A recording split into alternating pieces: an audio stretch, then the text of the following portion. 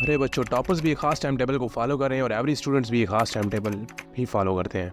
For example, एक 75% ले रहा है और एक स्टूडेंट 95% प्लस स्कोर कर रहा है। सोचने वाली बात है कि आखिर किस तरह दोनों की ग्रेड्स में इतना फर्क आ जाता है, जबकि अच्छी तरह पढ़ भी दोनों रहे हैं और टाइम टेबल को भी फॉलो दोनों कर रहे हैं। जानते हैं अगले ही कुछ मिनट्स में। स्टूडेंट बगैर टाइम से कि अभी आपका फुल फोकस स्क्रीन पे होना चाहिए। आपने भी देखा होगा कि अक्सर आप 1-2 घंटे लगा के बहुत मेहनत से एक अच्छा सा टाइम टेबल तो बना लेते हैं, मगर प्रॉब्लम यहाँ पैदा होती है, आप उसको प्रॉपर फॉलो नहीं कर पाते। ऐसा है ना आपके साथ भी? सोचिए, टॉपर्स की तरह अच्छी तरह पढ़ने के लिए आपने कितनी दफा टाइम टेबल बनाया अब तक और कितना फॉलो किया उसको? 1 वीक, 2 वीक, या बहुत ज्यादा हुआ तो 3 वीक, इससे ज्यादा यकीनन कभी नहीं। एक दिन आपकी रूटीन आउट हो गई, लाइक आपको कुछ अनएक्सपेक्टेड करना पड़ गया, आपके घर में गेस्ट आ गए या आपका कोई दोस्त आ गया। ऑफ कोर्स अब आपने उसको टाइम भी देना है। दिल ही दिल में आप बुरा भला भी कह रहे होंगे कि बस आज जो पढ़ना था वो तो नहीं पढ़ पाऊंगा, या कभी ऐसा भी होता है कि आपका अपना दिल भी नहीं कर रहा होता कि बस आज पढ़ने का मूड नहीं है, छोड़ो टाइम टेबल को, कौन सा एग्जाम नजदीक है। ये मसला सिर्फ आपके साथ नहीं है, बल्कि लाखों स्टूडेंट्स को ये प्रॉब्लम फेस करनी पड़ती है और हर साल फेस करनी पड़ती है। और जब एग्जाम नजदीक आते हैं, अब आप फिर एक नया टाइम टेबल बनाने की सोचते हैं, मोटिवेट हो गए कि नहीं, इस दफा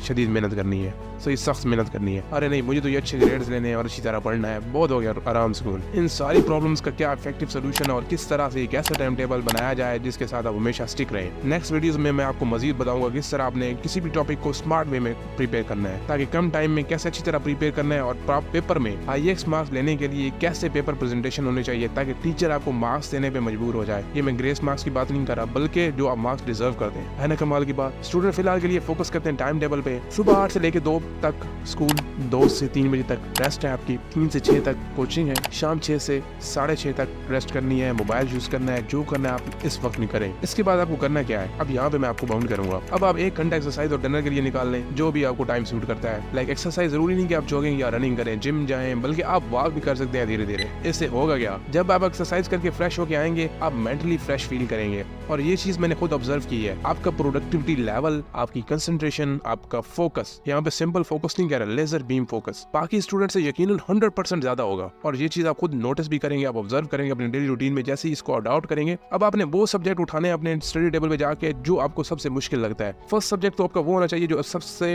टफ है, जिसको समझते हैं, चाहे ये आपकी मैथ्स हो गई, कोई भी आपका साइंस सब्जेक्ट हो गया, जो आपको आप समझते हैं कि बस ये ना, इसकी मुझे कोई समझ ही नहीं आती, इसको किस तरीके से टैकल करना है। सबसे पहले तो आपने वो सब्जेक्ट पिक करना है।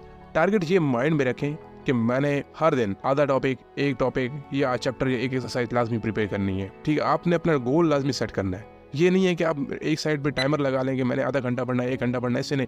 आपका फोकस होना चाहिए टॉपिक के ऊपर। अब नेक्स्ट आपने वो सब्जेक्ट पिक करना है जो थोड़ा सा टफ लगता है। एक सब्जेक्ट कवर करने के बाद दूसरा आपने वो सब्जेक्ट लेना है जो थोड़ा सा आपको टफ लगता हो। सेम इसी तरह टारगेट सेट करना है कि 1 टॉपिक या 2 टॉपिक्स, या आपने जो भी पर डे के हिसाब से अपना एक टारगेट रखा हुआ है उसको आपने अचीव करना है। 2 सब्जेक्ट्स के बाद अब आप बहुत रिलैक्स फील करेंगे कि सबसे 2 मुश्किल काम तो दिन के आपने कवर कर ली हैं। अब आप में एक अचीवमेंट की अलग ही खुशी होगी। अच्छा, ये छोटी छोटी खुशियां जो है ना, बहुत मैटर करती हैं। कोशिश करें कि डेली की मिनिमम 4 सब्जेक्ट्स कवर करें, जो बाकी रह जाएंगे वो अपने वीकेंड्स पे कवर करने हैं, क्योंकि कहीं ना कहीं वीकेंड्स को भी आपने यूटिलाइज करना है। यहाँ पे मैं आपका जो गेम टाइम है या जो आपने एंजॉय करना है वीकेंड पे, उस टाइम को कभी भी किल नहीं करूंगा, बल्कि वो आपके लिए अलग से एलोकेट करूंगा ताकि आप उसको भी एंजॉय कर सके। मगर एक बात याद रखनी है कि संडे की जो इवनिंग है वो लाजमी आपने ऑफ लेना है स्टडी से। अपने दोस्तों के साथ टाइम स्पेंड करें, संडे को खेलें, जो काम आप पूरे वीक में करना चाह रहे थे, आपका बड़ा दिल था वो काम करने के लिए, लेकिन आप किसी तरीके से टाइम नहीं निकाल पाए, वो संडे को शाम में करें और लाजमी करें। क्योंकि ब्रेक लेने से आप मेंटली रिलैक्स होंगे और नेक्स्ट वीक के लिए फ्रेश होके एनर्जेटिक होके आएंगे और बाकी स्टूडेंट से यकीनन ज्यादा अच्छे तरीके से पढ़ पाएंगे। अगर आप लगातार रोज पढ़ते रहेंगे तो आप थक जाएंगे। इवन कि घर वाले भी आपको कहेंगे, फैमिली भी कहेगी आप बस पढ़ नहीं रहे, आपको रोज पढ़ना चाहिए। टीचर्स भी कह रहे होंगे कि आपको बस दिन रात 24 घंटे में से 16 घंटे 17 घंटे आपको पढ़ना चाहिए। लेकिन अगर आप लगातार रोज पढ़ते रहेंगे तो आप थक जाएंगे, आपके अंदर से मोटिवेशन खत्म हो जाएगी। वो जो आपको स्टडी का फोकस करके आपको स्टडी करना होगा ना, वो आप नहीं कर पाएंगे। आपने लाइफ को एंजॉय करते हुए आगे बढ़ना है। अगर इस तरह से आप डेली रूटीन रखेंगे तो आपको यकीनन टॉपर बनने से कोई नहीं रोक सकता हो।